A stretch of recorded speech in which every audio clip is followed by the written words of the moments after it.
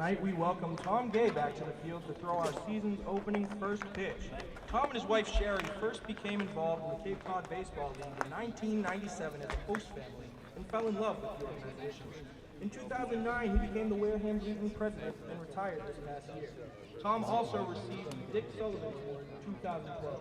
We thank Tom for all of his years of volunteering and continued support of the game.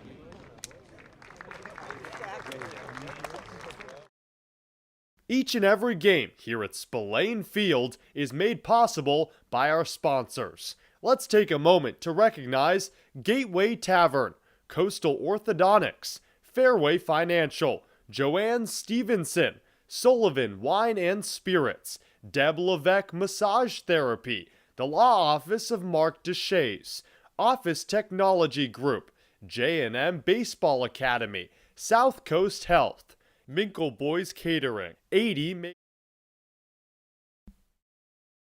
each and every game.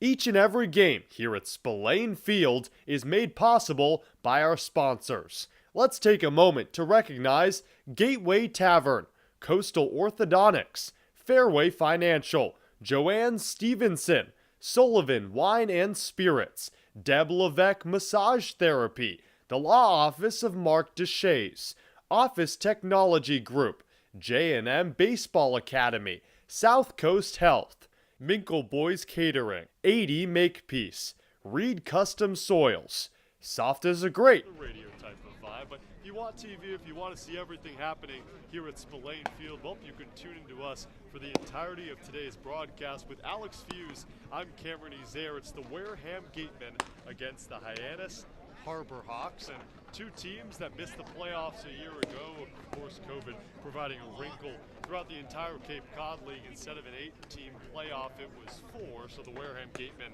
finished 3rd in the West Division. The Hyannis Harbor Hawks finished 5th, so both teams missed out on the playoffs, and it's been a pretty rocky road for both teams as of late, ever since the Wareham Gatemen took down the Chatham Anglers in 2018 to win the Cape Cod Baseball League Championship.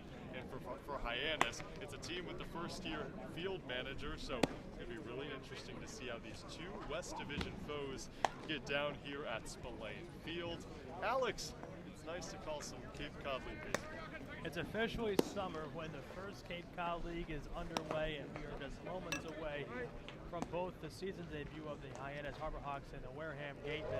It's great to be with you, Cam. It's going to be a lot of fun. Beat the heat and join us at Waterless, a water experience unlike any other this side of the bridge. Open daily at over Route 28 at Cranberry Highway. It's different for both these squads. Harvey Shapiro on the Wareham side, he coached the last 18 years. Hyannis, it's a team that's taken on a new role because this staff is the staff that was previously here really struggled with this Harbor Hawks team. The new field manager, Eric Beatty, in his first year at Tampa area high school coach, actually played it for him as well. As we get ready for the first pitch, and on the mound for the Wareham Gatemen is Michael Sanzone out of Fairfield as he deals to Riku Nishida to open up the season. Pitch misses low. Nishida, Mount Hood Community College, and he'll be heading to Oregon in the upcoming season, taking on a guy in Michael Sanzone that played for the Bourne Braves last year in the Cape Cod League. Here's the pitch. In there for strike one, so the count 1-1. Michael Sanzone, a 2021 Cape League All-Star. Provides that veteran presence on the mound here for Wareham.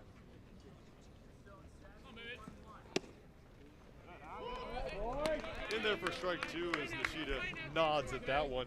We mentioned it, a guy out of Mount Hood Community College that will be taking his talents to Oregon. Talked to a couple of the Hyannis guys, and they said he's really the Energizer Bunny. Watched him on the field and didn't think he'd get the start, but after a few batting practices, after just a few practices, he looked ready to go in the Cape Cod League. Conventional high leg kick there before the swing. Count 1-2. Sanzone the pitch.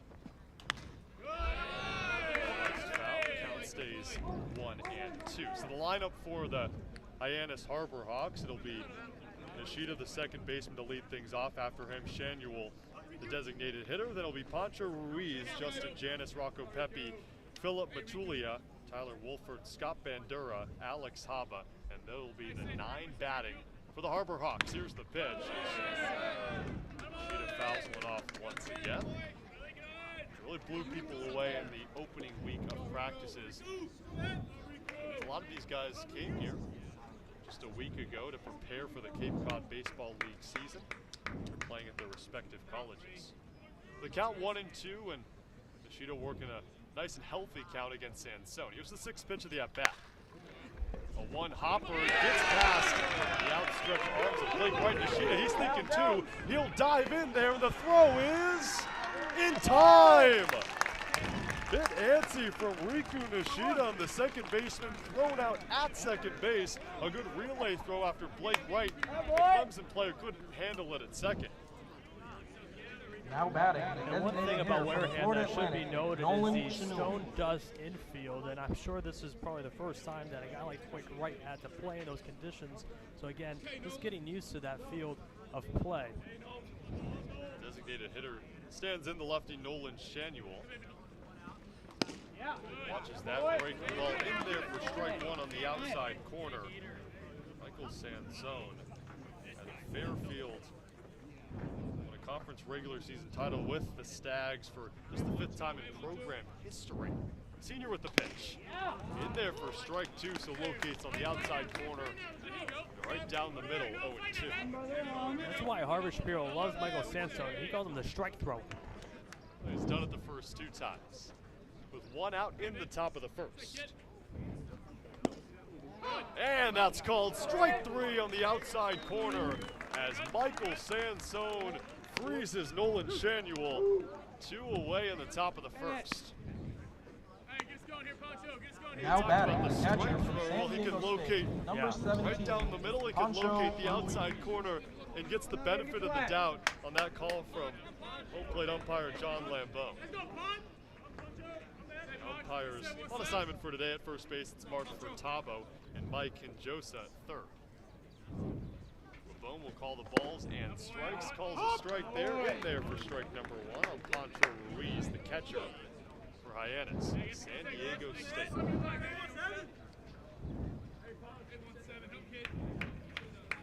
So looking good in the early going. The 0-1. Another strike. Alex, you were right in labeling him the strike thrower. Maybe Harvey Shapiro was right. The first-year man for this Wareham team after he was an assistant coach in the early 90s. So back after 29 years, the old stomping grounds of Spillane. The 0-2. Swing and a miss.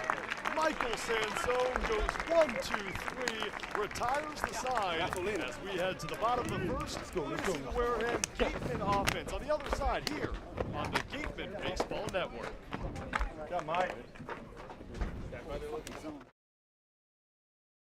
We appreciate and thank the sponsors who support the Cape League and the 10 teams. Our corporate sponsors are the financial backbone of the league. It is with their support that we are able to preserve our long-standing tradition of providing the best family entertainment here on Cape Cod, free of charge. On behalf of the 9 other teams, the Wareham Gatemen, league officers, and the entire Cape League family, we would like to announce and thank our 2022 corporate sponsors.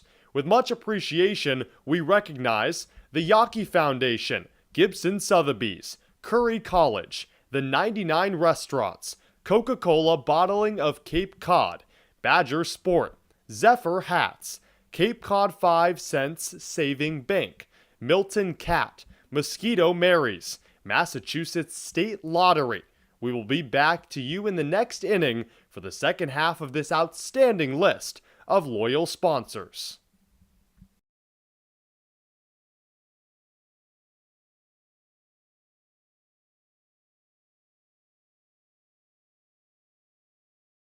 Curry College is where you go to become anything you want. Curry prepares students to engage in successful careers with learning beyond the classroom. Explore undergraduate programs, NCAA Division III athletics, and continuing education and graduate studies, including fifth-year master's programs at curry.edu.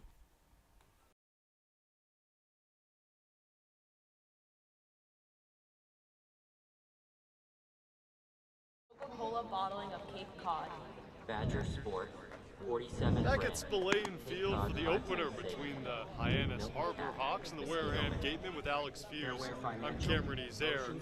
1-2-3 inning from Michael Sanzone to retire the side for the Gatemen as he'll give way to the mound to Harbor Hawks starting pitcher Brody McCullough. Dominant. The D2 school Wingate Sports picks won a on Deck championship Sports. just a year ago, and a guy that was tied for 13th in strikeouts this past season in all of Division II. Had 110 strikeouts in nearly 70 innings, so if you're a Wareham player, really got to watch out for his ability to get the ball past you. Yeah, you mentioned it, Cam. 1 year anniversary of Wingate's national championship, and Brody McCullough getting that start to open up the Cape Cod season this year. What a way to commemorate that 1 year anniversary.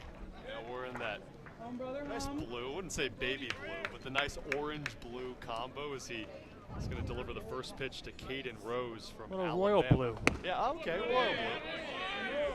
Not caught up on my colors yet. I'll give you the lineup for Wareham. Caden Rose out of Alabama, then it's Hogan Windish, followed by Max Anderson in the 3-hole, Blake Wright out of Clemson in the 4. As there's the pitch, that one's called strike 2 a bit high. In the 5 holes, Hausinger, Torrin Montgomery, the first baseman, man in the 6th hole, and it's Ian Farrow, Connor O'Brien, and Peter Burns rounding it out for this Wareham team. Rose, known for his athleticism out in center field. Swings and misses. That's the 3rd strikeout of the day between these two pitchers. That one, the first for this Hyannis team, and the first for Brody McCullough. They always say about the Cape, it's a place to showcase good pitchers, and we've seen it so far in the first game of the season. Not just good pitchers, but good players as well, as Hogan Windish will step up, and this guy has a whole lot of accolades to his name from college. The pitch, off speed, clips that outside corner. Hogan Windish, 55 starts this past season, batted .370. Best players in the Southern Conference. Swing and a miss. Another off-speed pitch. Count moves to 0-2.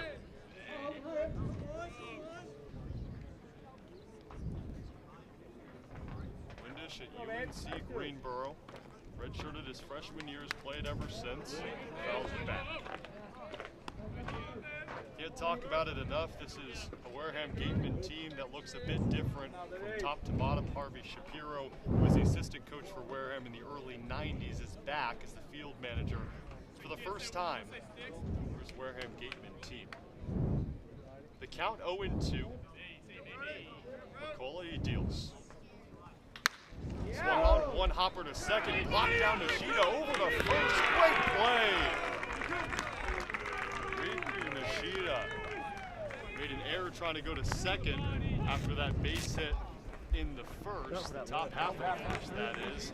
Bottom half of the first makes up for it as he blocks a base hit or a possible base hit from Hogan Windish. People say third base was a hot corner and second base today. He's featured in really stout outfield and infield for this Hyannis team. The pitch, swing and a miss. Max Anderson, the former Big Ten freshman of the year. This college ball, Nebraska will man 3rd, that hot corner for Wareham. McCullough ahead of the count, 0-1. Bit inside, count 1-1. Interesting tidbit on Max Anderson as it pertains to the Cape Cod Baseball League and the Wareham Gatemen. Only the 3rd Big Ten freshman of the year to wear Wareham red. The other two, well, you might recognize their names: Alex Dickerson, Nick Swisher. Dickerson spent some time with the Giants, and Nick Swisher, of course, the New York Yankees. 2 balls, 1 strike the count. 2 away in the bottom of the first. Foul back. Max Anderson, fresh off a sophomore campaign that featured him batting .352 in the month of May to end the season. Really upped his game toward that latter stage, and he skies one to deep right field. Enters bushes. Count 2-2. That's the official first foul ball of the season. There you go. Hey, there's a lot of firsts. We're going to get a lot of those as this 44-game season gets underway. The 2-2. Roller to short, scooped up the carpet over to first. Play out there at short by Haba.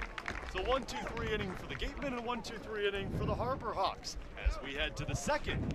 Nothing to score in the season opener. I think so, yeah.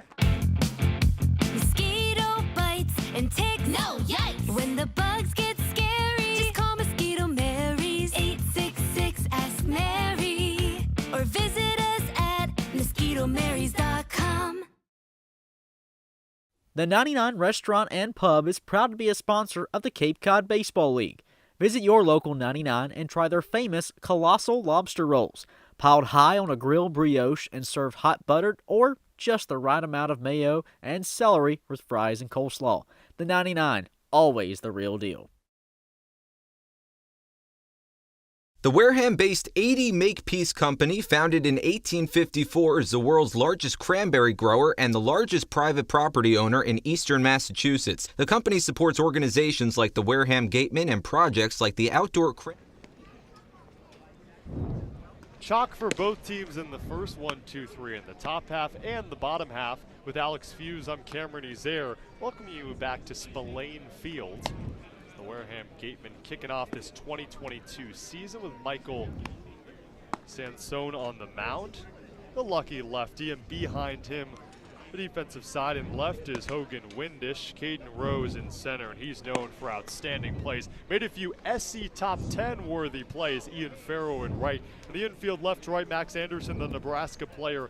It's Jack Hausinger at Ezeir at short. Then it's Blake Wright and Torrin Montgomery at first. And the DH spot is Connor O'Brien. Catching for Michael Sanzone is Peter Burns out of Boston College. He played for Harvey Shapiro for Bourne last season in the Cape Cod Baseball League. Stepping up the plate, the 4-hole hitter Justin Hyannis, the first baseman for Hyannis. Swings a bit early on that breaking ball. Good pitch from Sanzone. And it's really interesting to watch Sanzone pitch because he's a lefty that has a lot of curve on his pitches and also a little bit of speed. So it's hard to really pinpoint where to take a ball like that off speed on the outside corner, called strike 2. Right, Sanzone and his pitch arsenal, fastball, changeup, and slider. His favorite pitch is a changeup, and he's been featuring that so early on here today. The 0-2.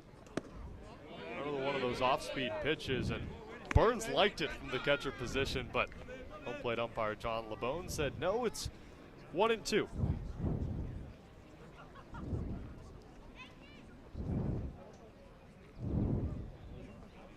The 1-2.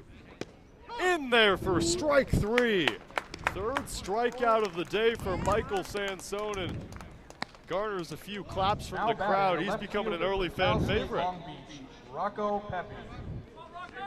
And again, you mentioned the experience from Sanzone, not only in Cape Cod, but he was an NECBL All-Star right next door. He played for the Newport Gulls back in 2019. So again, talk about experience, just facing good competition in the batter's box. He's been dominant ever since. And a senior, so not just that, a whole lot of experience at the college ranks as well, as that pitches in there, a fastball to Rocco Pepe.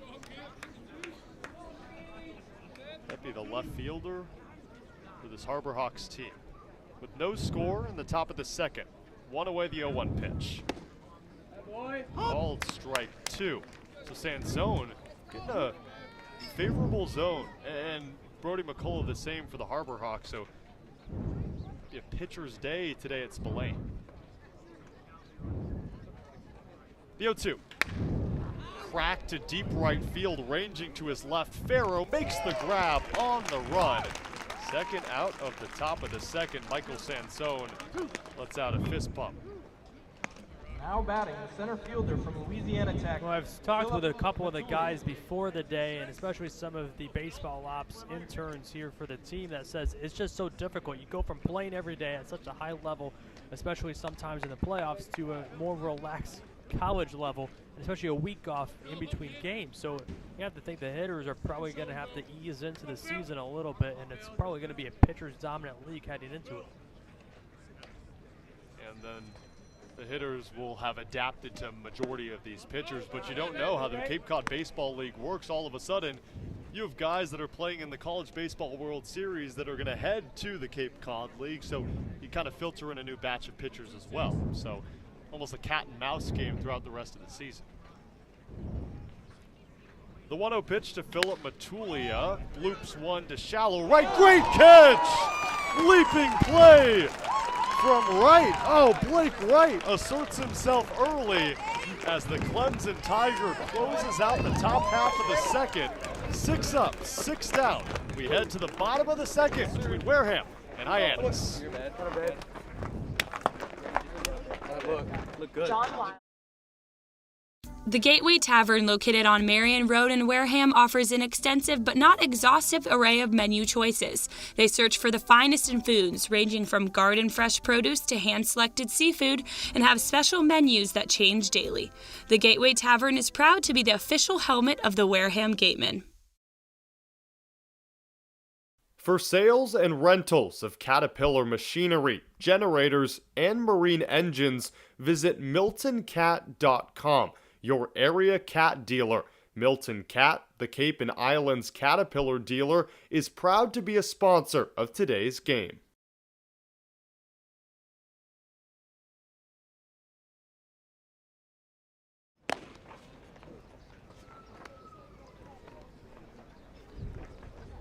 Here at Spillane Field, Wareham Gateman baseball taking on the Hyannis Harbor Hawks. Wareham got the best of Hyannis a season ago. Out of 5 matchups, won 4 of them with Alex Feuz. I'm Cameron Ezeir. Happy to bring this one to you on the Gateman Baseball Network and on WCTV. Blake Wright. Brody McCullough went 3 up, 3 down in the bottom half of the first, and now he'll have to face a player that just made a great defensive play in Blake Wright out of Clemson. Was 3rd on the Tigers in batting average. Number 1 was Max Wagner, who was the ACC Player of the Year. McCullough the pitch, in on the hands, Wright fouls it off. And it should be noted, I mean, what an incredible play to end the inning from Wright. Definitely showing off his defensive skills quickly early on here in the season. And known as the 2nd or 3rd baseman at Clemson, so knows how to man at second base position.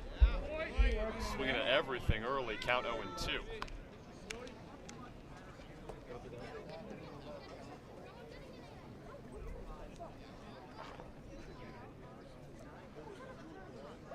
Blake Wright entered Clemson, number 26 freshman in the ACC.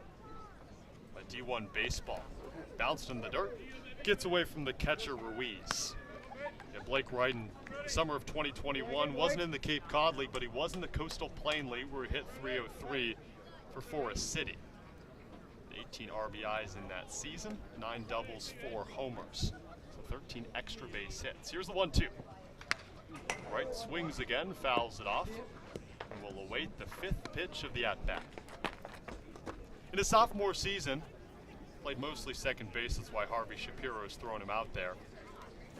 Used to batting 4th or 5th behind either Cooper Ingle or Max Wagner. If you don't know those names, they have the top 2 batting averages at Clemson. Used to that prowess. Wright fouls it off. 3rd team All-ACC was Blake Wright, batted .349 on the season. That was after he batted .167 his freshman year.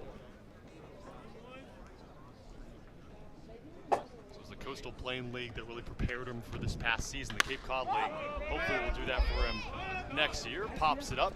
McCullough looks up at it. Now Nishida can't find it. Finally, the one that does is Alex Haba. One retired in the bottom half of the second. So sometimes people say it's easier to make the pop-up plays in the infield with the clouds, but sometimes it's difficult because you can't really see the ball that well with the white clouds. And earlier, there was a threat of maybe a rain delay. There was some drizzles coming down, and the clouds have not dispersed, and the sun has not come out, but still, you could say a picture-perfect opening day. It's kind of worked in the way that baseball works, where it's America's pastime, and you're not used to the extremely sunny temperatures, and you don't want the downfall. So a nice day here at Spillane with 1 out. The pitch to the lefty Hausinger. The shortstop fouls it away. Hausinger out of Ezeir batted .371 over his final 16 games, and that was in the month of May. So we're at the beginning of the month of June, and Hausinger trying to bring that momentum here to the Cape. Breaking ball in the dirt. 1-1.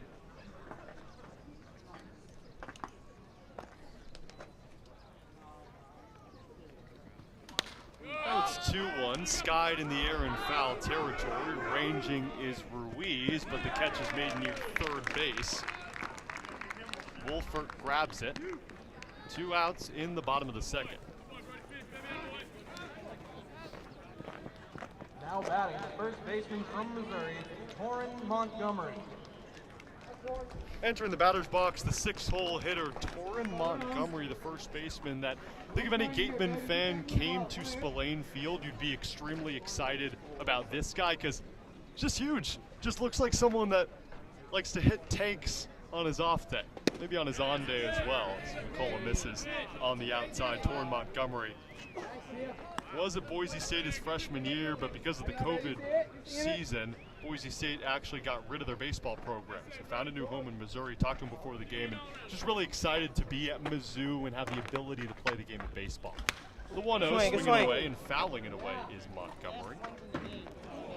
Definitely has that just pure hitter approach. We were here and got to see him in BP about 2 days ago, and he had no helmet on. You know, it was just more the relaxed setting to where he can really work on his swing and lead into this season.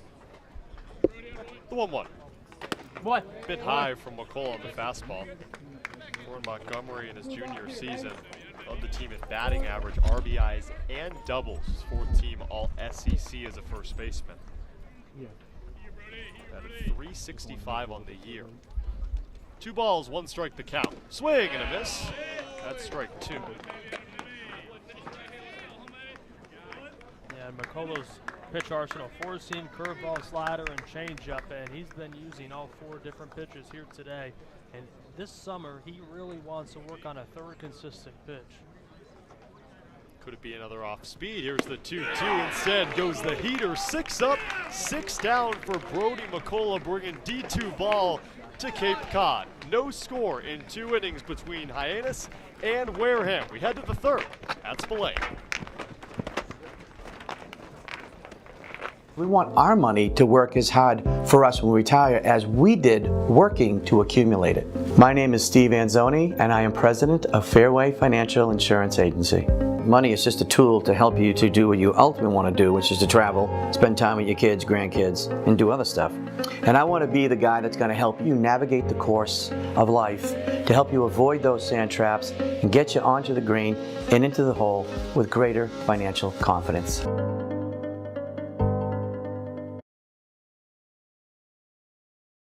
Mark Deshays has been practicing law in southeastern Massachusetts for over 30 years. His primary focus is on all aspects of real estate law, including residential and commercial real estate transactions, commercial leasing, land development, land use and zoning law, and land conservation matters. If you need representation, call now at 508-993-2300.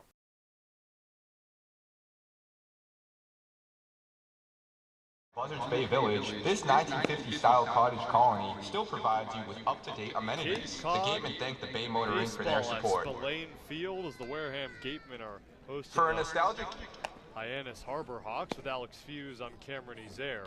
No score between these 2 teams, and we've already kind of talked about the changes between these 2 teams at the managerial position, with Eric Beatty taking over for Hyannis and Harvey Shapiro taking over for Wareham, and you wonder how much of an impact that will have. I know it's a new batch of players, but these are first-year field managers for these respective teams.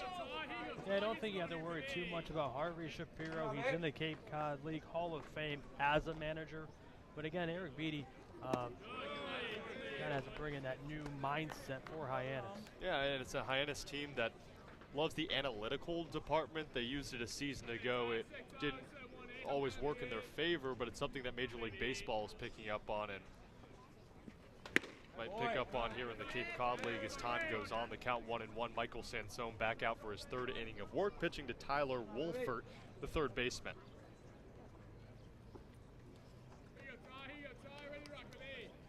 Wolfert transferring to Oklahoma State after a couple years at Midland College.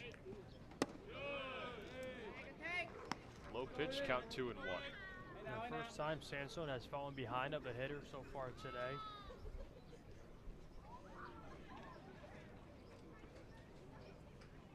Two balls, one strike the count. The top half of the third. The pitch. Wolfert swings. High fly ball to shallow right field. Coming in loose in his hat is Farrow. Collision in shallow right. Rounding second, thinking three is Wolfert. He'll hold up. And you hope those two are fine in shallow right field as Blake Wright collided with Ian Farrow.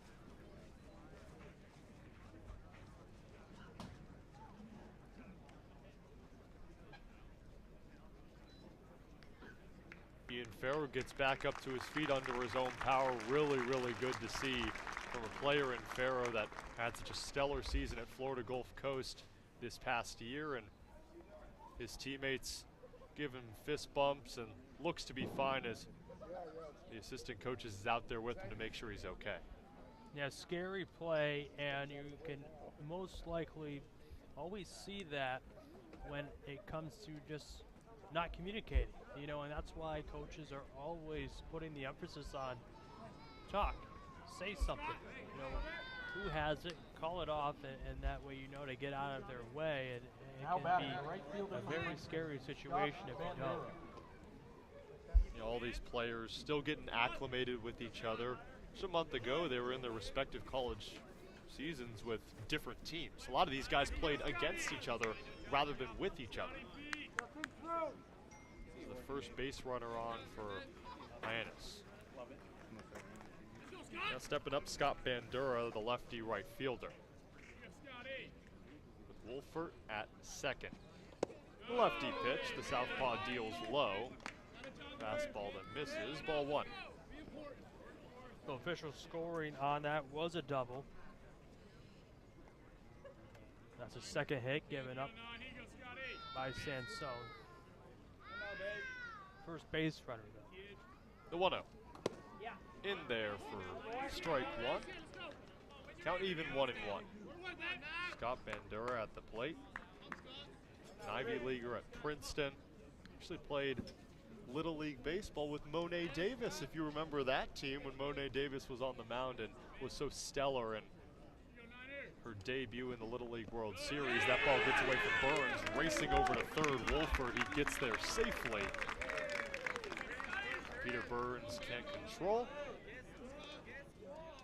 And Hyannis is 90 feet away from the first run of their Cape Cod Baseball League season. Tough pitch to block, especially on the off speed there.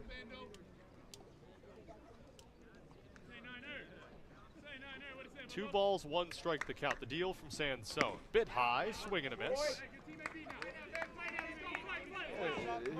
He had a radar gun handy. It's not like it would blow up based off his pitches. It's around 82, 86 on that fastball, never too hot.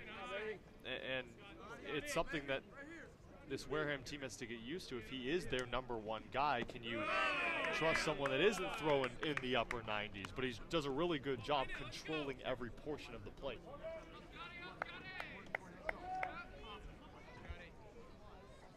First time that Sanzone has found himself in a full count with Wolfert at third. The pitch, swing and a miss. Strikeout number 4 for Michael Sanzone, bringing up the 9-hole hitter. Now batting the shortstop. One away in the top of the third. And Hyannis still with the player at third, and Tyler Wolfert after a collision in shallow right. It's really good to see Ian Farrow out there. Seems to be okay.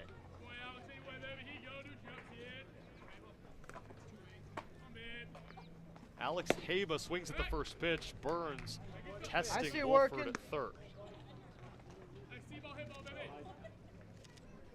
Alex Haba from Franklin, Massachusetts, 45 minutes away from Wareham. Finishes junior year at Merrimack. Batted .368. The 0-1. Fouled away. Souvenir for a fan. Also, we should mention, too, it is going to be a transition for some of the guys hitting, offensive guys, that are playing the first time in the Cape or summer ball to wood bat league. So you're going from a full 3 months of playing with metal bats to wood. That's a big transition. The 0-2 pitch, chasing it is Haba. Sanzone looking really good on the back end. After a defensive collision, put Wolford at second. A wild pitch, moved him over to third. So now you flip the order over. That's strikeout number 5 for Sanzone. And for the baseball layman, what does that do for someone at the plate, switching from a metal bat to a wood bat? It slows down your exit velocity and the distance that it can have. I think it's about 15 to 20 feet. So that's a huge difference. That's why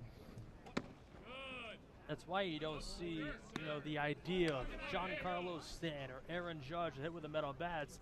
You could do some damage to the fans in the stands to give a metal bat to those type of players. So that's why, especially, it's a prime league for this, so scouts can see how they can hit with a wooden bat, because that's what they would do their whole pro career. 1 ball. Breaking ball into the dirt. Count 2-0. And it is a big argument among the baseball purists, I would say, is to ban metal bats in college baseball, because after college you're not going to be able to use them. Riku Nishida at the plate for a single in the top of the first, but then tested his luck at second, was thrown out. A great relay. 9-6 relay that was, if you're scoring at home. Yeah, because you think of a guy like Giancarlo Stanton, he's used to hitting over, 450, maybe even 500 feet in the home run derby, right? So you put him in a situation to hit even further if you switch up the bats. The count 3-1, and Sanzone yet again getting behind in this top half of the third. Riku Nishida playing at Oregon in the fall. You don't want him on base. 53 stolen bags this past season. Fouls it off. Count full. Yeah, go win this. You can keep that foul ball courtesy of Glenn Hannington and his daughter Tevis. Interesting choice there by Riku to swing on that. It was kind of inside, and it was almost a two-strike approach swing on that when he was only behind 3-1. Almost approaches it like a slapper in softball. You know he's not going to hit it 300 feet. A check swing roller to short, picked up, thrown over to first by Hausinger. Got him! Nishida banked on his speed, but the Xavier player says, I can get it over to first in time. So Hyannis strands one at third. A really good job by Michael Sanzone to get Wareham out of the top half of the third. We're through 2.5. Let's head to the bottom of the third.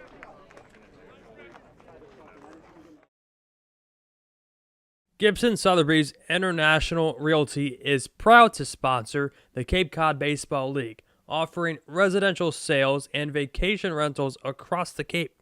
We help you turn someday into right now. Each office is independently owned and operated. Sotheby's International Realty is a registered trademark.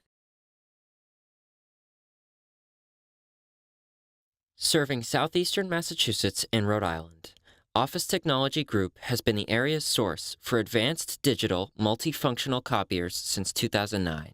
Call Office Technology Group at 508-858-5825.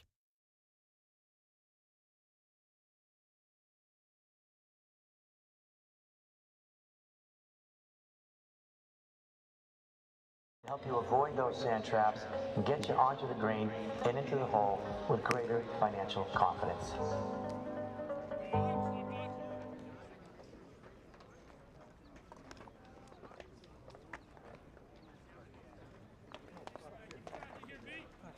Now batting the right fielder from Florida Gulf Coast, Ian Farrow.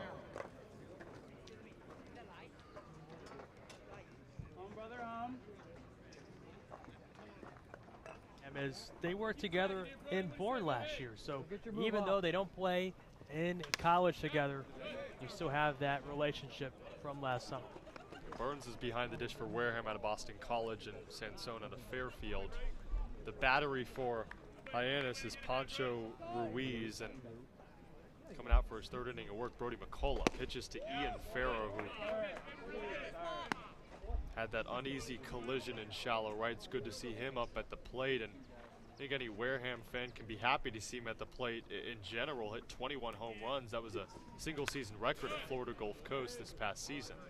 Made the headlines in just the last few days, decided to transfer to Miami. So I bet any Miami fans are happy that he is okay. There's a lot of excitement about this guy coming to Miami next year. Slaps away, fouls it off as it hooks to the right side. Count 1-2. 6 up, 6 down for Brody McCullough as he's dealing with sophomore out of Florida Gulf Coast University, and yes, he'll be heading to South Beach. The pitch, swing and a miss down in the dirt, scooped up by Ruiz, toss it over to first base. 1 out in the bottom of the third. 7 up, 7 down for Brody McCullough. And poor batting average at the start. It isn't something that Harvey Shapiro wants, but you talk about the adjustment. It's maybe something that this team needs to try to get into a groove, more batting practices together, more practices together in general. I mean, a season ago, the Brewster Whitecaps had the worst batting average in the entire Cape Cod League and won the CCBL championship. Go. A blooper to right, moving in, making the catch with his left hand is Bandura. But either way, this Wareham team wants to get off to a better start. A team that missed the playoffs for the first time since 2014, just a season ago. Oh, nice. So a strikeout of Ian Farrow, and then a pop-up to right on the first pitch, swinging from Connor O'Brien, the designated hitter. That brings up Peter Burns out of Boston College, who played for Harvey Shapiro and the Bourne Braves and made it to the championship game against the Whitecaps in the CCBL a season ago. The 0-1. Swung on, fouled back. So the Wareham Gatemen still searching for hit number 1 of the season. McCullough's been great for this Hyannis team. 3 strikeouts, forced 3 flyouts, and a couple of groundouts as well. Swing and a miss, and that will strike out Peter Burns. So add number 4 to the resume of Brody McCullough. And he's getting love headed to the dugout. No score between Wareham and Hyannis. We head to Want the a fourth. house? Need a realtor? Want the best in the area? We got you covered. So does South Coast Health Operators of Charlton Memorial, St. Luke's, and Toby Hospitals delivers an unmatched combination of clinical excellence with a personal touch. They are proud to serve as Southeastern Massachusetts and Rhode Island's only not-for-profit health system, as well as the region's largest employer. South Coast Healthcare, plus something more. Reed Custom Soils is New England's leading provider of lightweight planting soil for green roof installations and is the exclusive New England supplier of stabilized stone dust. Reed Custom Soils services over 300 golf courses and provides unique blends to fit your needs, all by experienced precision blenders. To learn more about how Reed Custom Soils can serve you, call toll-free 1-800-924-5335 or head to reedcustomsoils.com.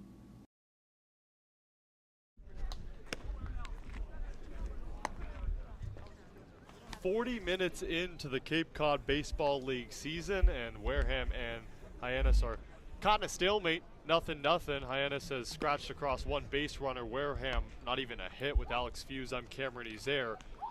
2 teams that are trying to get back to the playoffs. 2 teams with new field managers, and 2 teams that have caught themselves in a pitching duel as Michael Sanzone heads back out to the mound to face the teeth of the order for this Harbor Hawks team and Nolan Shanuel, Pancho Ruiz, and Justin Janis, the 2-3-4.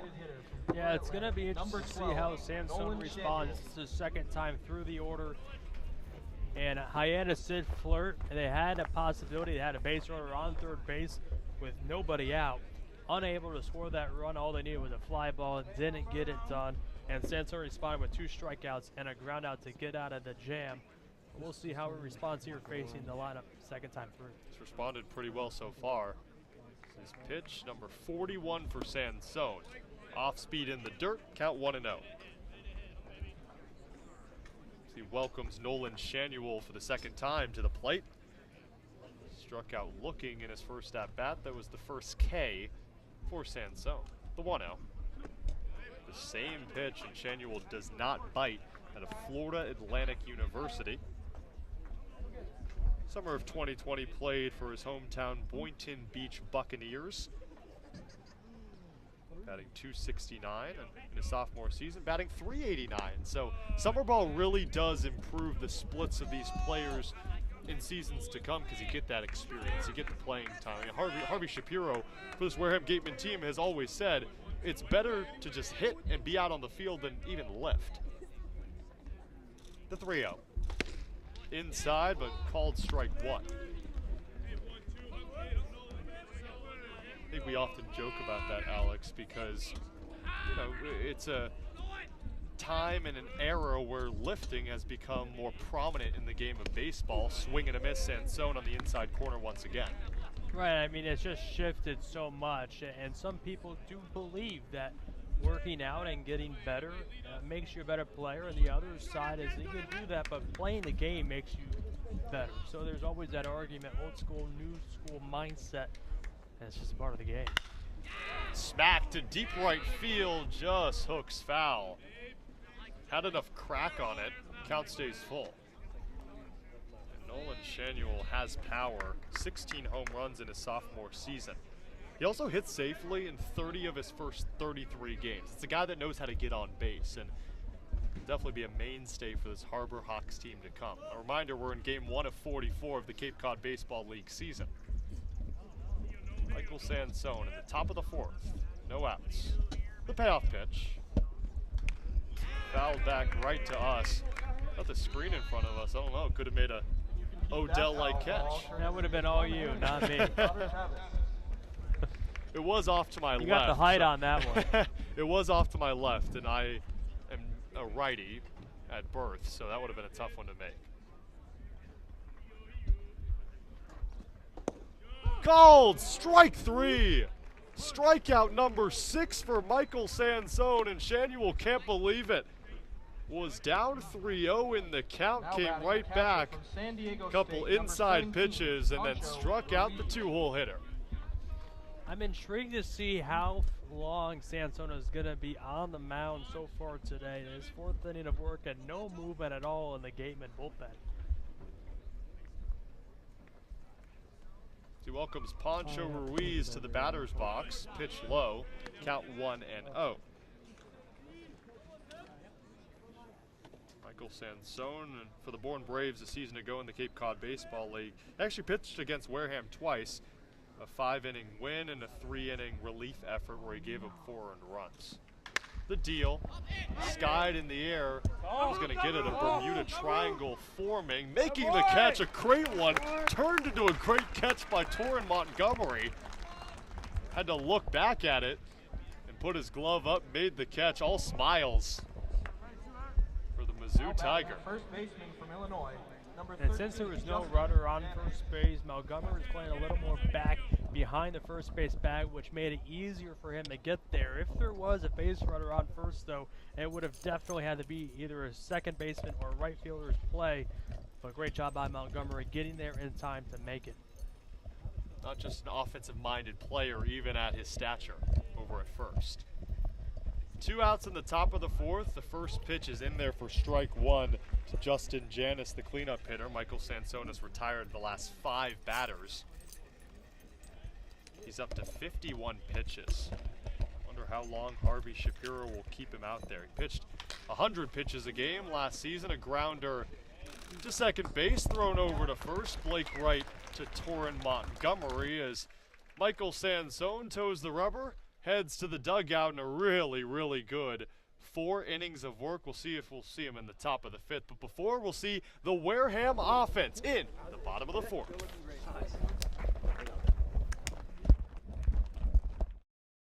Soft as a Grape has 10 retail locations on Cape Cod. So even when you're cheering on your Gateman at any away games, stop into a Soft as a Grape store for the best Cape Cod products. No trip to the Cape is complete without a trip to Soft as a Grape.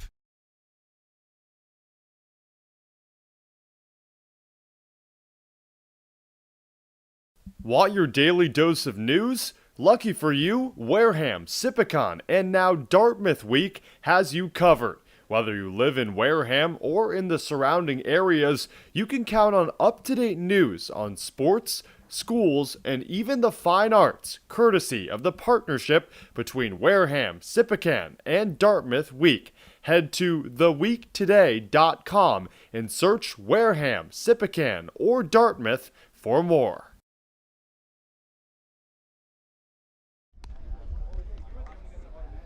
Back at Spillane Field with Alex Feuz, I'm Cameron Ezeir. A stalemate, a pitching duel between Wareham and Hyannis. And let's take a look around the Cape on this opening day for the J&M Baseball Academy. Look around the Cape.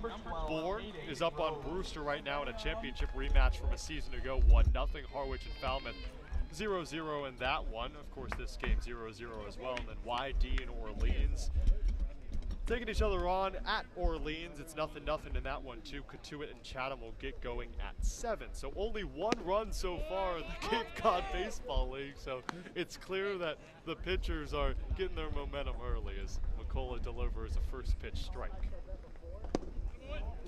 Checking the swing and not going is Caden Rose at the top of the order. Brody McCullough has gone 9 up, 9 down. No hits for the Gatemen in game 1. Rose fouls it away.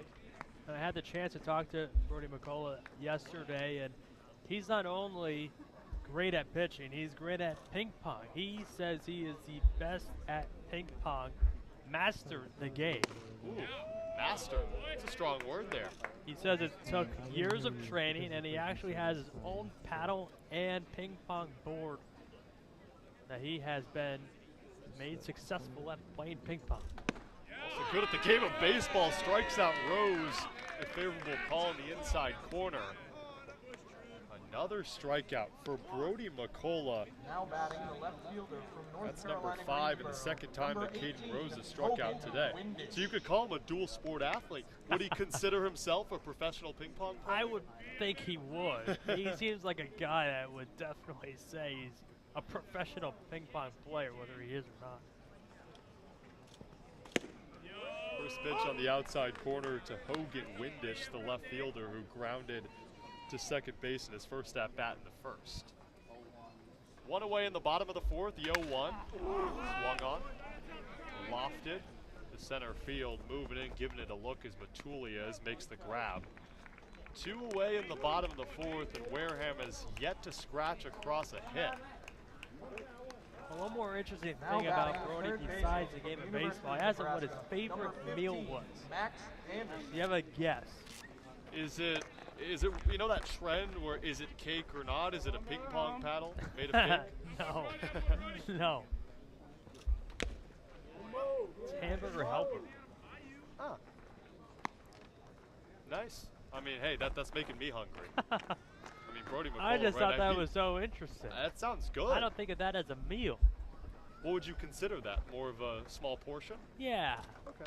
I respect that. Let's go. Hit far, down the line to right, ranging to his left, making the grab on that long hit ball from Max Anderson, the second time that he's gotten out today. A good catch made by Bandura and right, and again, Wareham has yet to scratch across a hit. 12 up, 12 down.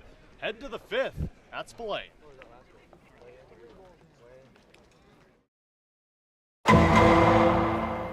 The law firm of Lang, Exafaris & Bullard, providing families and businesses in the greater New Bedford community with legal services for 40 years. We look forward to serving you. For an appointment, call 508-992-1270. We invite you to learn more about the law firm of Lang, Exafaris, and Bullard by visiting our website, lxblaw.com. Cape Cod Coca-Cola thanks you for supporting the Cape Cod Baseball League and for refreshing yourself with ice-cold Coca-Cola products. Please remember to recycle your empty bottles, cans, and all other recyclable materials.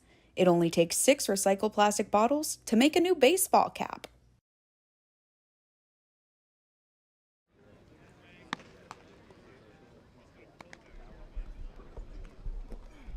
Back at Spillane Field, the Gatemen and the Harbor Hawks tied up at 0-0. And I mean, Hyannis has 2 hits, Wareham nothing. So it's been a pitcher's duel so far, and a quick game at that as Michael Sanzone will hand things over on the mound to Luke Bonecci, the hard-throwing righty out of Lafayette. Luke Bonecci from Lafayette. Well, Michael Sanzone dominated on the day in his first appearance this summer in the Cape Cod League, and that's exactly what you're looking for. I mean, 4 innings pitched, only gave up 2 hits, and he struck out 6 batters in just the course of 4 innings. Not too shabby. I mean, he retired the last 6 after giving up that double that maybe should have been caught in shallow right, but of course the collision held it up from being caught. I mean, even it was a tough play at second base for Rice, so you could even make the argument that there should be no hits on either side so far in this game. Yeah, because the first one was a leadoff single where Nishida, the leadoff hitter for the Harbor Hawks, tried to test second, and the arm of Farrow came in handy and threw him out. So yeah, only 1 base runner on the day. We're halfway through this ball game, and Luke Bonecci is getting his first appearance in the Cape Cod Baseball League. Made 12 starts on the mound for the Leopards in his sophomore season in 2022. A sophomore from Connecticut. Yeah, 6'4", 235. By the way, let me just quickly throw in there, I have been fact-checked. Per the description of hamburger helper, it is a meal, so I was wrong. Okay. Yeah, but if you don't classify it as a meal, nothing wrong with that. As Rocco Pepe stands in, the 5-hole hitter. You know, I've actually never had it. Really? No.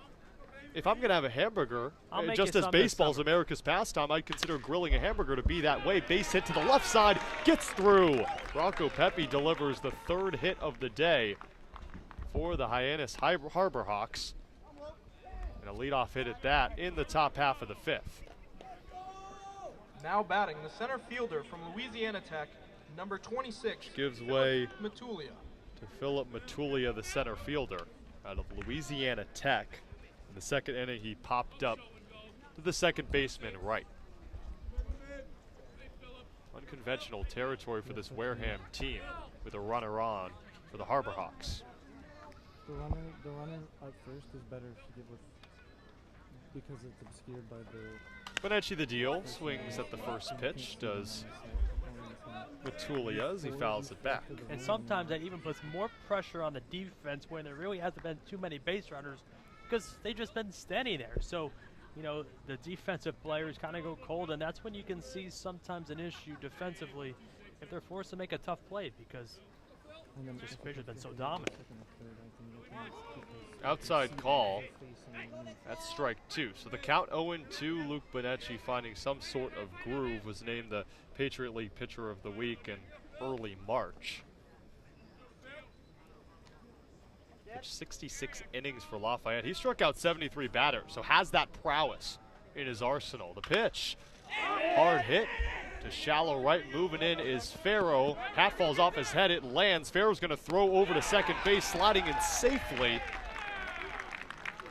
It's Rocco Pepe, so a single that you can kind of feel the crack of the bat when you're up here, but just died in the air, and now Hyannis in business. Runner at first and second with no outs. Right, that's a tough play. It had the height, but not the distance that Farrow thought it had, and just couldn't get in quick enough, and Wright couldn't get back quick enough, so again, just blooped in right there for a base hit, and now this is the first jam that Wareham has been in here tonight. Runners at first and second. Luke Bonecci has entered this game in the top of the 5th and has gone single. Up to the plate is Tyler Wolfert, who's been the closest to home base if he's not batted. He was at third this last inning, but wasn't able to score. Luke Bonecci checks on Pepe at second. Rocco Pepe, known as the Juice Rabbit, so has some speed to him. Quick note, what we saw is already, and I believe the Cape is using the NCAA rules, so I'm assuming that there's a 20-second pitch clock implemented in. And that's why Bonecci is stepping off the bag to look over at Rocco Pepe instead of delivering it toward the plate, because that's a bit high on that elevated fastball. Which you can make the argument slows the game down more. Hey, but there's lights here at Spillane Field, unlike 3 of the other Cape Cod baseball teams. So this game could continue forever, but it's been a pitcher's duel thus far until the top of the 5th, and that's a strike low, and Hyannis does not agree with it. You can hear the chirping from the dugout. 0-0 between Wareham and Hyannis. And the season opener for both these teams, 1 of 44.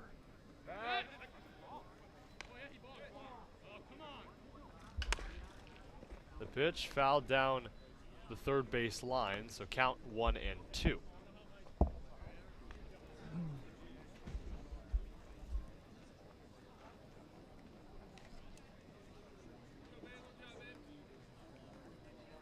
Beautiful day at Spillane Field on the opening day on June 12th. Ooh, good sweeper that missed on the inside. So count 2 and 2. I mean, it seems like Bonecci and Sanzone and even McCullough has been getting that call all day. So 2 balls, 2 strikes the count. Strikeout could be huge against Wolfert. The pitch on the 2-2, swing and a miss. Bonecci gets back off the schneid and strikes out Wolfert. So 1 away in the top of the 5th, still 2 on for the Harbor Hawks. A Hyannis team that is 17-60-3. Yeah, 60 losses, 3 ties, and only 17 wins in the past 2 seasons. Of course, that's getting rid of 2020 when there wasn't any Cape League ball due to the pandemic. A new batch of players, a new field manager, focusing a little more in the analytics department. Harbor Hawks team going to get back up on top. Point they were at 7-8 years ago when they were in the championship game. The 0-1. Misses outside as Peter Burns stands to his hind legs to scoop that one. Scott Bandura, who struck out in the 3rd, is up at the plate. One of 6 strikeout victims to Michael Sanzone gave way to Luke Bonecci, who delivers the pitch in the dirt. Peter Burns looks over at second. And it already seems like the middle infield and Peter Burns have an idea of what the runner's going to do. That's the camaraderie that I believe Harvey Shapiro and the rest of the field managers are hoping for out of these newly integrated guys. Right, and especially, I mean, most of the infielders, especially Peter Burns, have been integrated in practice over the last week, so been able to get that done. Yeah, foul tip into the glove of Burns, strike 2. So Cam, it's Hyannis, Wareham, and Yarmouth Dennis.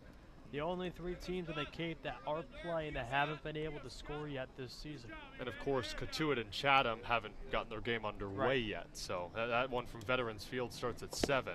Good off speed, struck him out. Bonecci back-to-back Ks, 2 away in the top of the 5th. What a response from Luke Bonecci as he enters this game. Michael Sanzone only gave up 2 hits. Bonecci gives up 2 singles right off the bat, and then strikes out the 3rd batter and the 4th batter he sees, Wolfert and Bandura. It's the 8th strikeout on the day for the Hyannis offense.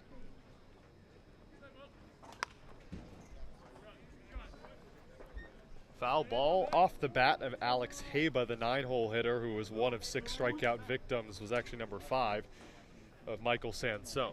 So Sanzone did a really, really good job not allowing a run, only 2 hits. Went around 60 pitches on his day. 4 innings of work. Swing and a miss, elevated fastball. Bonetti looks a lot more confident after giving up those 2 singles, Alex. Yeah, that's exactly what you're looking for, especially from, while it is in the bottom half of the order, but how do you respond to feeling the pressure? And that's so critical. Swing and a miss. Luke Bonetti responds after surrendering 2 singles and goes strikeout, strikeout, strikeout, and retires the side, all by way of the K. Baseball is the Luke game Bonetti we all know and will love. enter the top of the That's 6th why in just a Clement bit, but made we're going to Joe enter Flynn the bottom of the and 5th. Matt Wareham still without a hit. Can they get it? We'll be back at Spillane in a bit.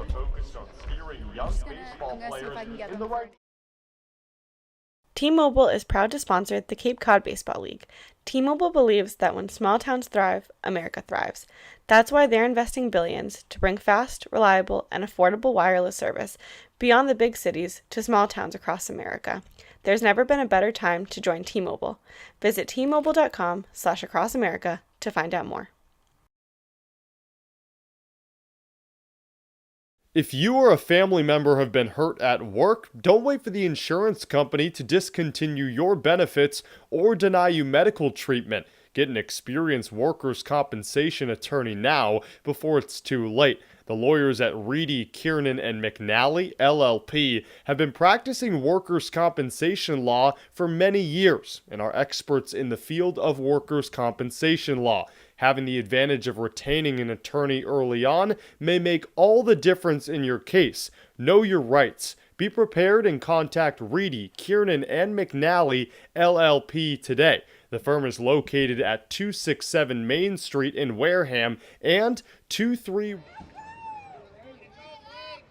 where the Wareham Gatemen and the Hyannis Harbor Hawks are tied up at 0-0. As Brody McCullough is going out for inning number 5 of work, deals low on that pitch to Blake Wright. So Brody McCullough currently has faced 12 and has retired 12.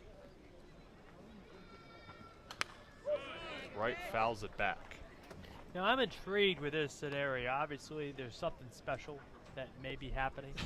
And you know, the old saying goes in summer baseball, you only have an inning count, but it's getting pretty later on in the game. Fastball to the outside. And this is his 1-year anniversary of winning a championship for Wingate a year ago today. Something special here. The 2-1 skied to shallow left, moving back and looking at it, now coming in are the Harbor Hawks. Catch made by Rocco Pepe. 13 up, 13 down for Brody McCullough. We're 4.5 in, no score between Hyannis and Wareham. Now batting the shortstop from Ezeir, number 10, Jack Housinger. Stepping up to the plate is Jack Housinger. He popped up to the third baseman in foul territory back in the 2nd. Pitch inside, skips off the earth. Count 1-0. No, they're not. The mic's only on. Over there.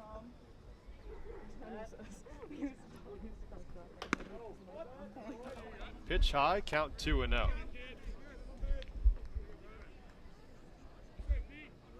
Brody McCullough's coach, Jeff Gregory, says that all the recognition that McCullough has faced is a byproduct of the work he puts in, and you can see it throughout these first 4 1/3 against Wareham, as fouling it off is the Musketeer. The count 2-1. That's a guy that loves the game of baseball, wants to get better at it. Another pitch fouled back, fought off, count 2-2. He had an outing right before the pandemic against Charleston where he struck out 10, 7 innings of work, only gave up a couple earned runs. He's a guy that can go deep into a game. A grounder over to Nishida, scoops it up over to first. 14 up, 14 down for Brody McCullough. You could tell he's got his stuff tonight. Just that pure confidence on the mound. And he doesn't get a call that he likes. He just sets it aside and gets better at his delivery, and I don't think you can get better than what he's done so far today. Alex, a 4-pitch arsenal, 4-seam curveball, slider, changeup, and he's featured all of them, doing a really good job testing every part of the plate and doing it in a way that's messing up these hitters.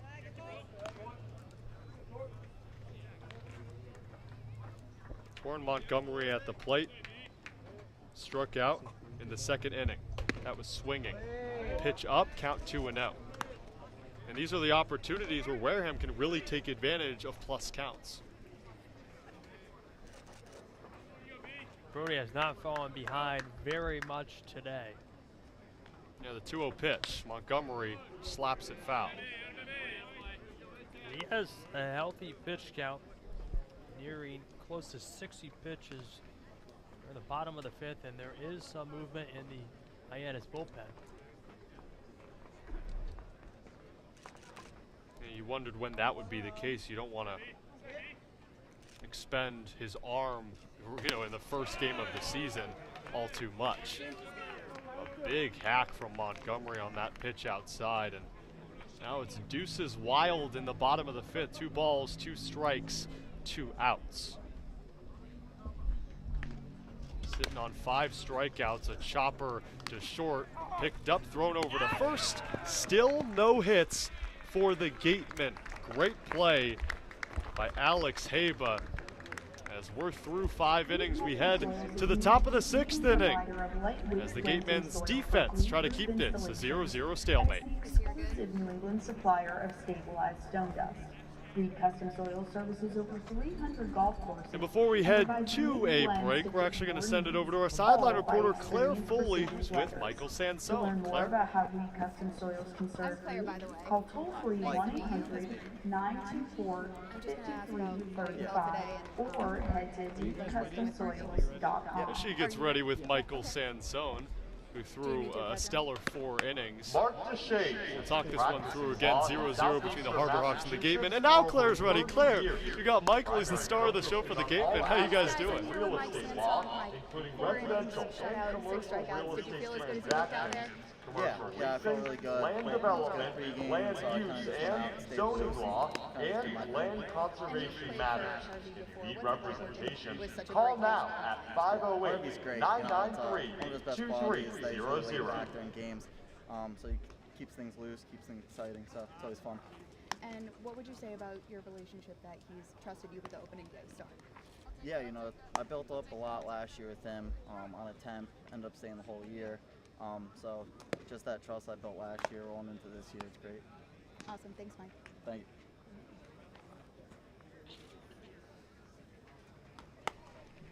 Thank you so much. Yeah, no problem. Claire, thanks so much. Michael Sanzone, what an outing he had.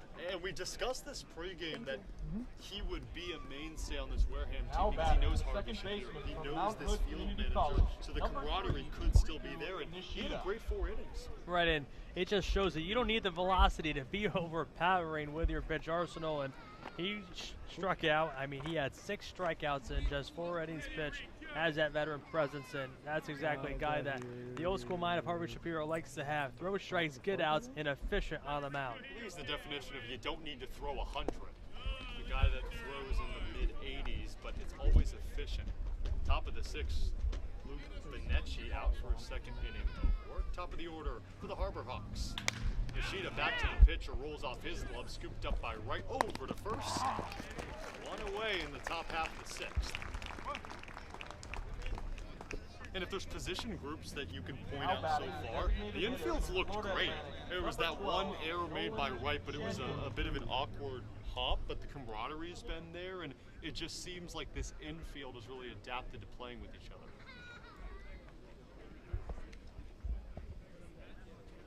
That's going to be a challenge all summer, too.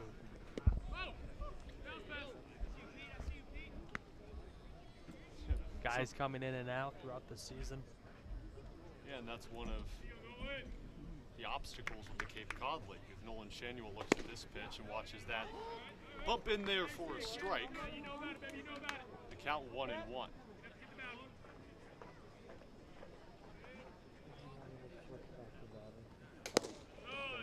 outside pitch. It doesn't get enough of the plate, ball 2.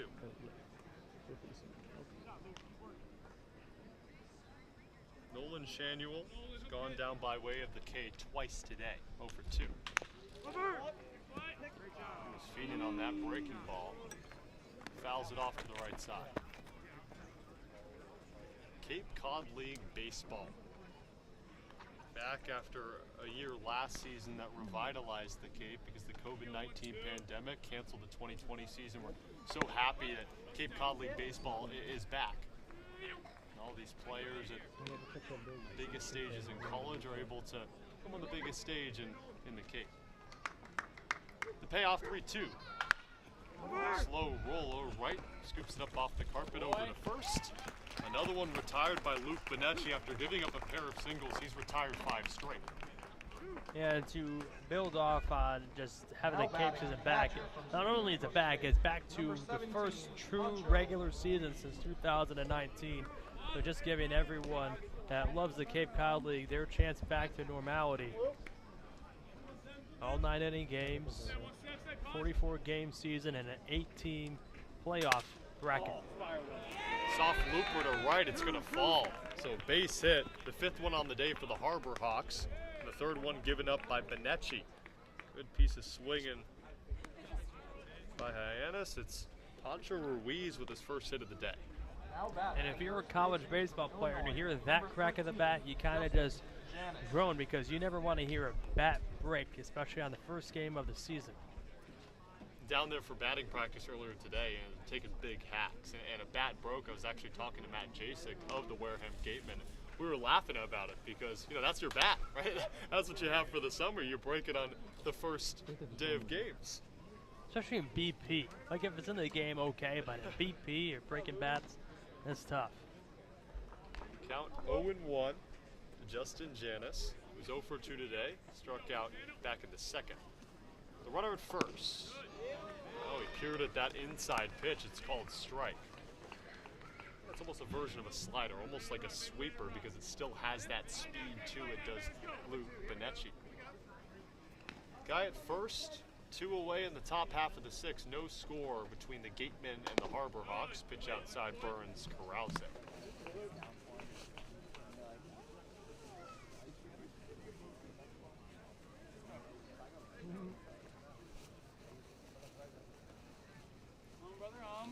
Hyannis, the first baseman. The 1-2. Swing and a miss. Luke Benetti, strikeout number 4 through 2 innings. His opening day matchup with the Harbor Hawks. We head to the bottom of the 6th. The Wareham Gatemen have yet to scratch across a hit. We'll see if they do so in the bottom half. America thrives. That's why they're investing billions.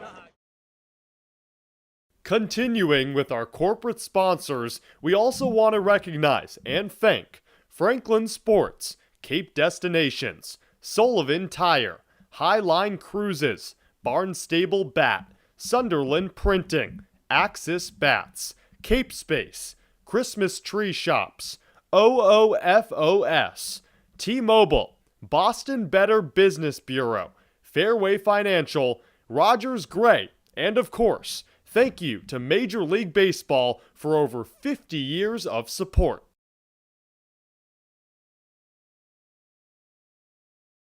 Gateman Baseball is officially sponsored by Robertson's GMC, the truck professionals. Located just 2 miles away on Cranberry Highway, Robertson's GMC, we are professional grade, power like a pro.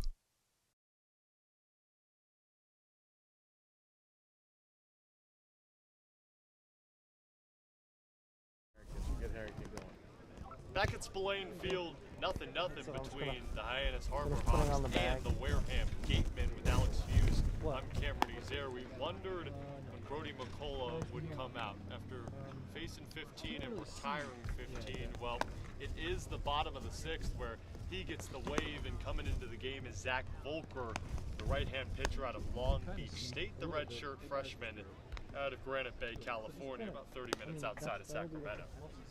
This is a spot I would never want to be in when the guy before you is pitching so dominant, and there are some zeros up there in the some certain columns. So this is a lot of pressure riding right now. So I can tell just based off the opening of the broadcast that you're superstitious. Maybe that's just me. Maybe I'm taking it out of left field, no pun intended. I would say I go back and forth. You know, like I feel like it's part of the job where you have to tell the audience what's going on. But that's not my role today. That's your main role. So if I was doing the play-by-play, I would say what was happening. But because I'm not, I'm just sitting here for a good show. Well, I'll give it to you blunt. The Wareham Gatemen, through 5 innings, don't have a hit today. The reliever stepping on the mound is Volker. He has a couple practice pitches, and he'll be facing the bottom of the order in Farrow, O'Brien, and Burns. And it's not like there are a lot of position players on this team, because there are a lot of guys that are still playing in the College Baseball World Series who just got eliminated and are hanging out with their family before they head out to the Cape Cod Baseball League. And it seems like Harvey Shapiro might not have a lot of the dominoes that he wants to play, and he has to throw out these 9. If they're not performing, well, just going to have to deal with it. I do want to mention there is a slight drizzle going on right now here at Spillane Field. The forecast Now batting, the right fielder from Florida had a slight drizzle at 8 o'clock, or a bit earlier than that. Yeah, and some fans taking their umbrellas out. I checked the radar, and according to the radar, my trusty weather app, there's no rain in the forecast. So, but if you look up and you see this clouds, it looks like rain.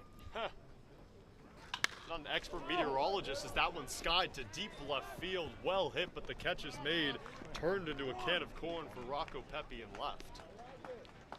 First time that Wareham has developed some hard contact, and it's off a new pitcher, so that could be a positive sign for the Gatemen. So Katuit and Chatham still not yet. Their game still has not gotten started. So again, Hyannis and Wareham, the only Cape teams that are in live game action that have yet to score this season. Oof. Which team's going to score first? Hey, I'm not superstitious, but I also don't make predictions. Not a betting man. Not a betting man. One away in the bottom half of the 6th. Connor O'Brien watches that one clip the outside corner. Yeah, Zach Volker committed to San Joaquin Delta College in 2020 and 2021. Those seasons canceled due to COVID-19, so then he transferred to Long Beach State. The 0-1, O'Brien swings at that breaking ball, fouls it off. You betting man? Well, it's just so hard with baseball because who would have thought, okay, Wareham may get no hit through 5 innings. Like, you can't even think of that. So it's just so difficult that people try, you know, to get an idea of what's going to happen. Yeah, a lot of the times it's, you just watch the game, you watch the momentum swings, and Hyannis has 5 hits. Wareham doesn't have one, so it seems like the momentum's leaning toward Hyannis. But Ian Farrow put a good ride into one to left, so the contact could start developing for this Wareham team. Connor O'Brien out of Bradley, a student population of around 5,500, so a small school kid. He's looking at the 0-2. Swung on up the middle, great grab! Thrown over to first, the hat falls off, but it doesn't matter for Zach Volker. Felt that one coming from a mile away, and he's lucky that one took a skip, because if it went right at him, maybe the reflexes weren't there in time. Well, you said the word reflex, and yeah, it was a great play, but I would guarantee you 99% of that was just simply reflex of the ball coming a hot shot right back at you, and he was able to make the play and continue the dominance on the pitcher side from Hyannis. 2-away in the bottom of the 6th, swing and a miss from the 9-hole hitter Peter Burns, who struck out the 4th strikeout victim of Brody McCullough, who went a pristine 5 innings, 15 up, 15 down, didn't allow a hit. And that was back in the 3rd. This is the 3rd time through the lineup, pardon me, 2nd time through the lineup for Wareham. That's called strike 2. You want to go back to the pitcher since the logo is facing away from the 0-2 is the count, 2 away in the bottom of the 6th. The 9-hole hitter Peter Burns, the catcher, stands in. Swing and a miss.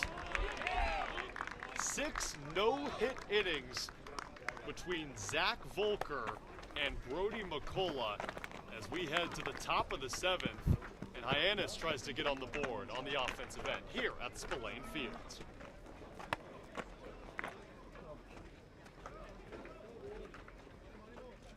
Whether it's life insurance to safeguard your loved ones, an umbrella policy to protect your teen driver, or making sure your home is covered from storm damage, Rogers Gray is there to guide you.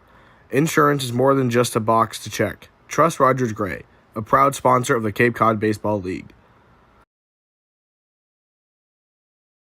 The Gateman would like to thank Wareham Country Market for helping to feed the Gateman players and staff after games. They are located about a quarter of a mile from the field on Route 6, offering a convenience store, a Dunkin' Donuts, and a deli.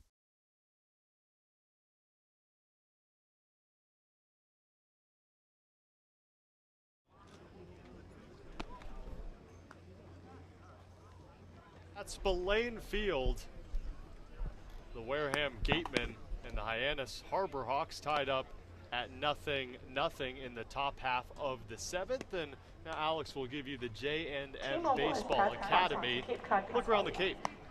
Brewster and Bourne tied 3-3 in the top of the 5th. Brewster was able to score. They were trailing 3-0 going into the top of the 4th inning. They scored the 3 runs to tie back up. And they're trying to break that tie for Harwich and Falmouth. Top of the 5th, 4-1. Harwich there, and we'll obviously here in Hyannis and Wareham, still no score, and it is a 3-3 tie, Yarmouth, Dennis, and Orleans. So a lot of offense so far. And we got anything for Kaduit and Chatham at Veterans Field? This game still has not started yet. I wonder, they could be dealing with some rain. Right. That would be my only guess. It's not saying it's live. Supposed to start at 7 o'clock. I will check on that and give you more context. So far, some good games, all close within action for every team, and that's what you're looking for, good competition. Game is 1 of 44 in the Cape Cod Baseball League. That's Alex Feuz. I'm Cameron Ezeir. That was your J&M Baseball Academy look around the Cape. Top of the 7th we go. Hyannis is up at the plate facing Luke Bonecci for his 3rd inning of work. The hard-thrown righty misses low on that pitch to Rocco Pepe out of the 5-hole, who flew out to right in the 2nd inning. Had a single in the 5th off of Bonecci.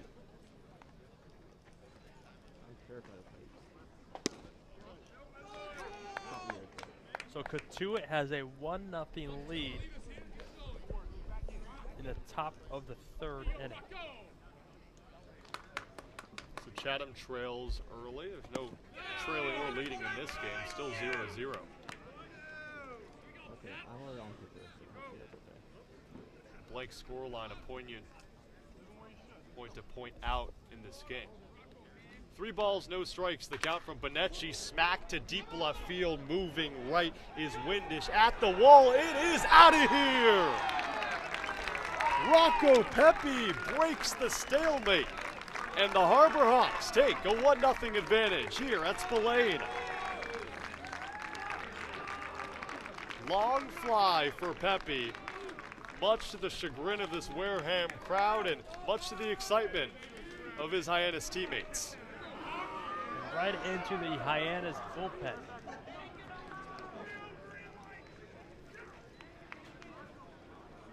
What a shot. Luke Bonecci looked like he was in a rhythm, but had given up 3 hits, and that one, the worst of them all if you're a Gateman fan. 1-0 Harbor Hawks lead. 2nd hit of the day for Rocco Pepe. That one drives in the lone run in this game. And now you see just a veteran presence behind the plate from Peter Burns. Realizes, okay, a solo shot, first run of the game for Hyannis, and first pitch next at bat, a pitch high. So that's when he calls time and goes and talks to his guy on the mound, and that's exactly what you are looking for. I'm a star catcher behind the plate. He knows his role. Foul tip into the mitt of Burns. I'll play 1 minute better. A strike on Matulia. So Matulia singled back in the 6th. He popped up in the infield in the 2nd. The pitch, swing and a miss on the outside corner. A pair of strikes, so it's 0-2. No outs in the top of the 7th. A leadoff home run. Rocco Pepe, a 5-hole hitter. Long Beach State.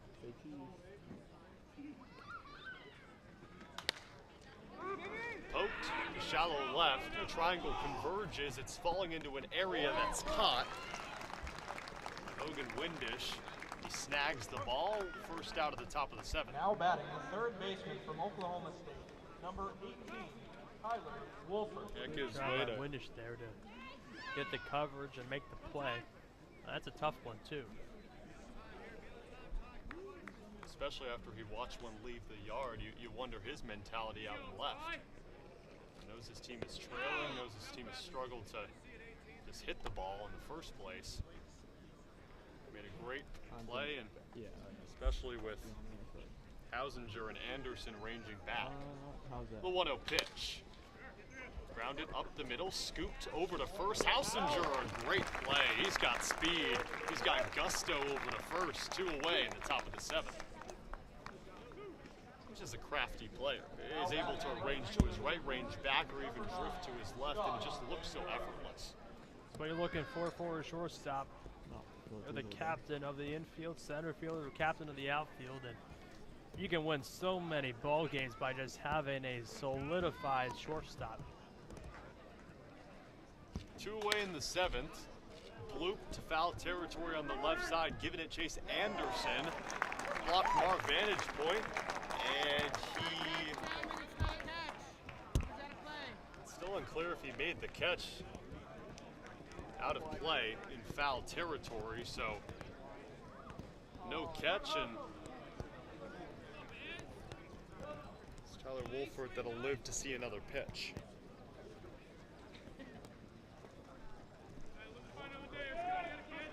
Scott Bandura at the plate. He'll see another one bounced in the dirt from Benetti. Well, Hyannis with 6 hits on the day, a homer, the only source of runs for them. It's 1-0. Fouled away. Harbor Hawks team that has kept the Gatemen hitless through 6 innings. 1 ball, 2 strikes the count. 2 away in the top half of the 7th. Slow roller, right, picks it up, looks toward Montgomery. Slow shot over in that direction, and Montgomery makes the catch.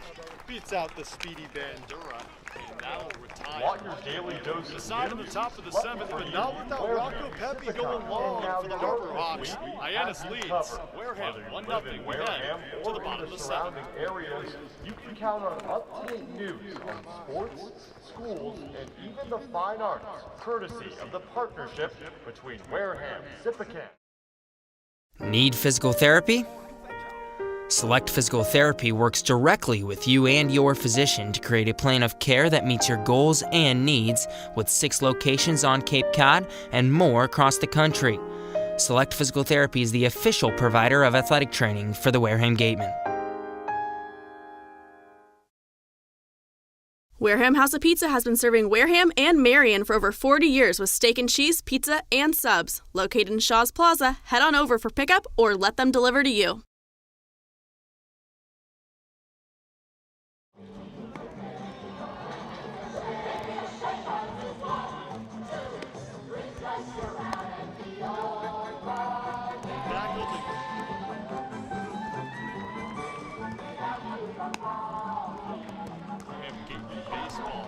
Fans are standing. It's starting to really come down here at Spillane Field. It is the 7th inning stretch, and Wareham still without a hit.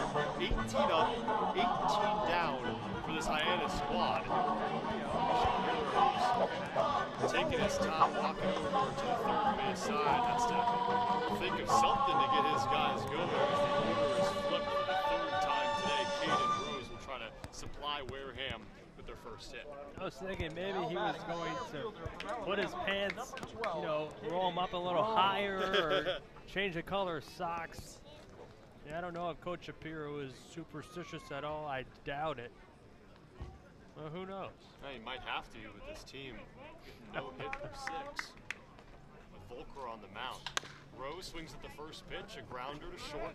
Scooped up, thrown over to first on a bounce. Safe at first, and the first hit of the day for the Gatemen. Caden Rose beats out the throw. A 1-hopper from the shortstop Alex Haba. Now batting. That'll for sure be a hit for Wareham, and the no hit is over. Hogan Windish. waiting on the official score to confirm that, but it looked like Caden Rose really had it anyway. Just a tough bounce for the first baseman Hyannis to handle. E6. Wow, an error on the official scorebook to counteract my assumption, and still a no-hitter intact for the Harbor Hawks. So an error on the shortstop on the throw from Alex Haba. Up at the plate is Hogan Windish to left field. The ball gets away from Ruiz. Taken off to second as Caden Rose gets there standing. You've heard of unconventional no-hitters, and right now the Gatemen have an opportunity to score and a runner in scoring position, and they still don't have a hit. Right, the Cincinnati Reds and Pittsburgh Pirates. The Cincinnati Reds had a no-hitter, pitched no-hitter, and still lost the game 1-0 just a few weeks ago. I talk about an unconventional. You pitch a no-hitter, and you still lose the game. You don't see that often, and I wonder if Wareham can take advantage of maybe a pass ball or a wild pitch, but Volker tests the zone there, and Hogan Windish swings out of his shoes. So count 1-2 in the home half of the 7th. Hogan Windish, who's 0 for 2 today with a ground out and a fly out. Well hit down the third baseline, fair. Caden Rose rounds third, is coming home. That's an RBI double, and what a play, what a hit from Hogan Windish. Rose ties up the ball game. The first hit of the Wareham Gateman season is an RBI double from the two-hole hitter. It's 1-1 between the Harbor Hawks and the Gatemen.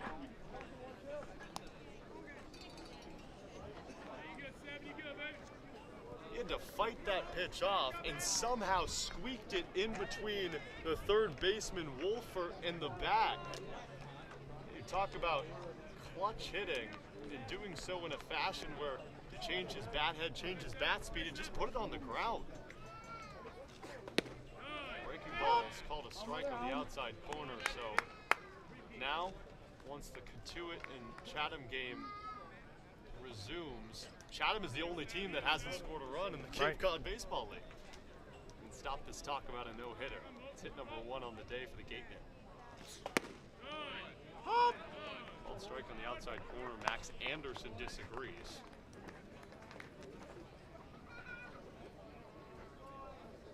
Big piece of hitting there from Windish, and now the Gatemen trying to get something going here. Pick up on the momentum.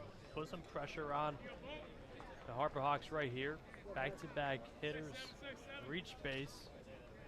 Still no outs. Pitch from Volker misses outside.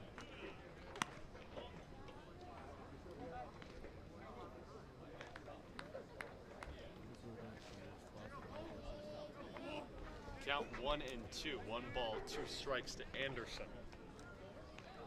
Fly out and a ground out in the first and the fourth, respectively. The runner at second, the 0-2.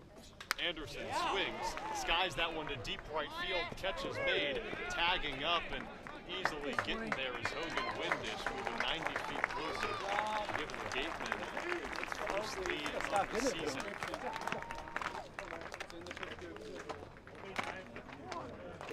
Anderson doing the job, moving the runner over. Exactly what you're looking for in a 1-1 game, and only now 1 out. In theory here, if you're Harvey Shapiro, you're just hoping for a fly ball here from right that would score Windish to give you a 2-1 lead.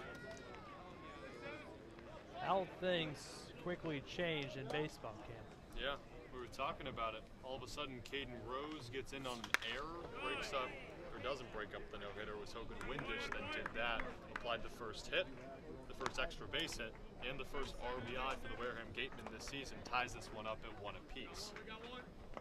Baseball so unpredictable, and that's why you come out and play 44 games in the Cape Cod Baseball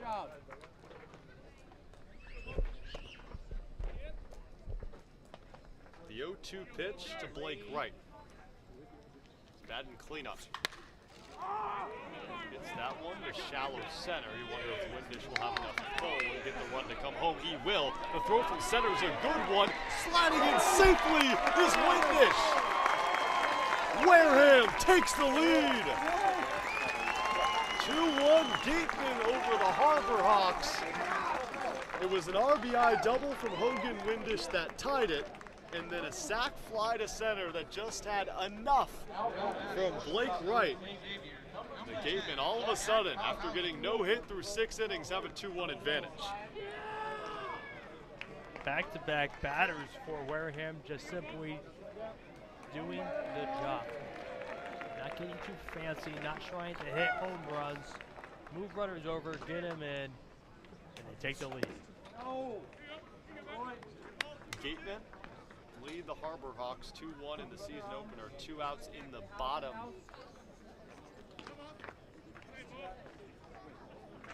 The 8th inning. Bottom of the 7th inning.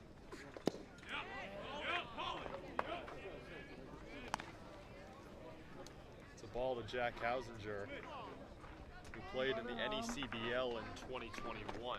Back-to-back Summer League appearances and 2 pretty respectable leagues. Swings, hard hit, base hit to right. Wareham is finding their stride. Jack Hausinger a base hit, his first one of the season.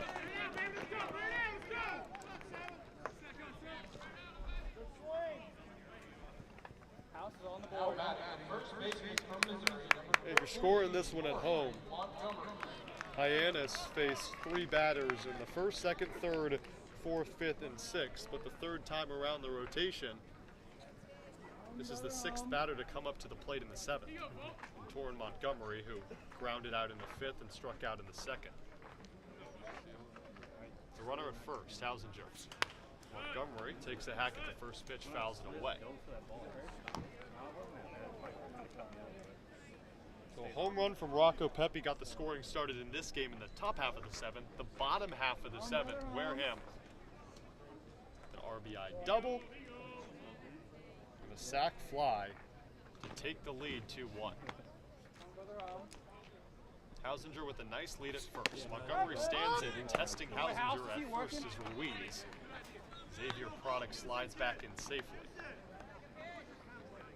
Jack Hausinger knows how to steal bases, 12 of 15 in his senior season at Ezeir. Yeah, that's some great just communication between the catcher and the first baseman just to even try that play on opening night. The 0-2. Montgomery watches it and is frozen for a strikeout. And Volker gets out of the inning, but not without the Gatemen taking their first advantage of the season. It's 2-1 Wareham over Hyannis after an RBI double and a sac fly. We head to the 8th.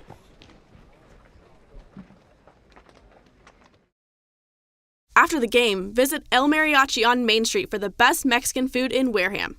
The cantina provides a delicious late-night snack accompanied by fun cocktails.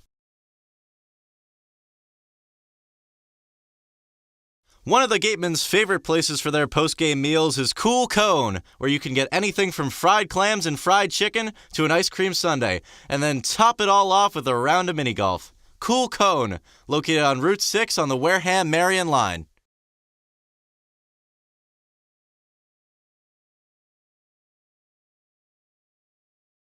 Looking for a turnkey rental experience on the Cape? Gibson Sotheby's International Realty has a dedicated team of rental professionals ready to provide homeowners and guests with exceptional service. For Cape Cod rentals, nothing compares. Each office is independently owned and operated. Sotheby's International Realty is a registered trademark.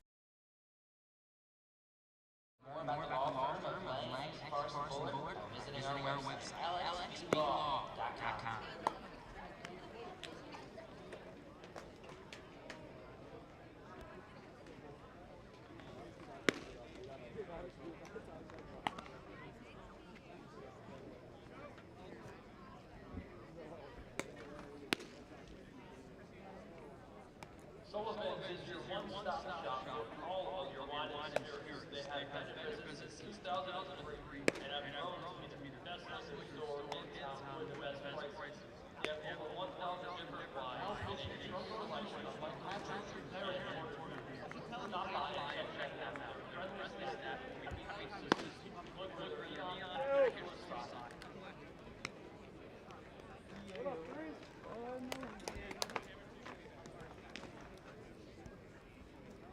Wareham a 2-1 lead. So the Gatemen have a 2-1 advantage. There is movement in the bullpen right now for the Gatemen in Mike Walsh, but Netchie is back out on the mound.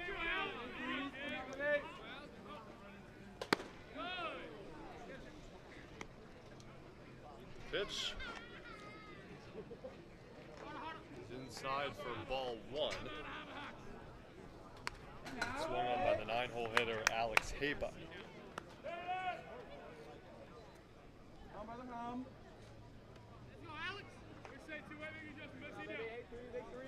There actually is a pitching change. It's Patrick Harrington into the game, the hard-throwing righty out of Assumption College.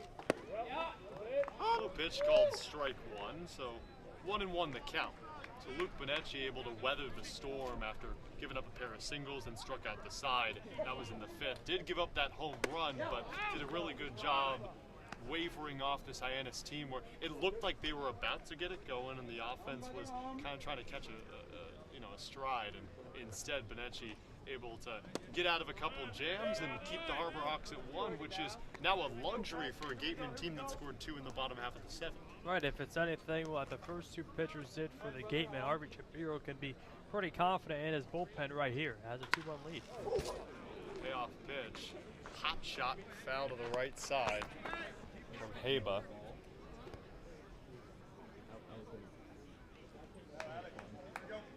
He's 0 for 2 today as the shortstop.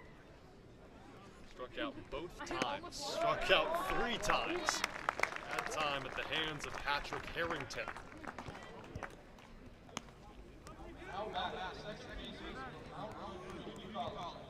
Ball swinging as well for Haba.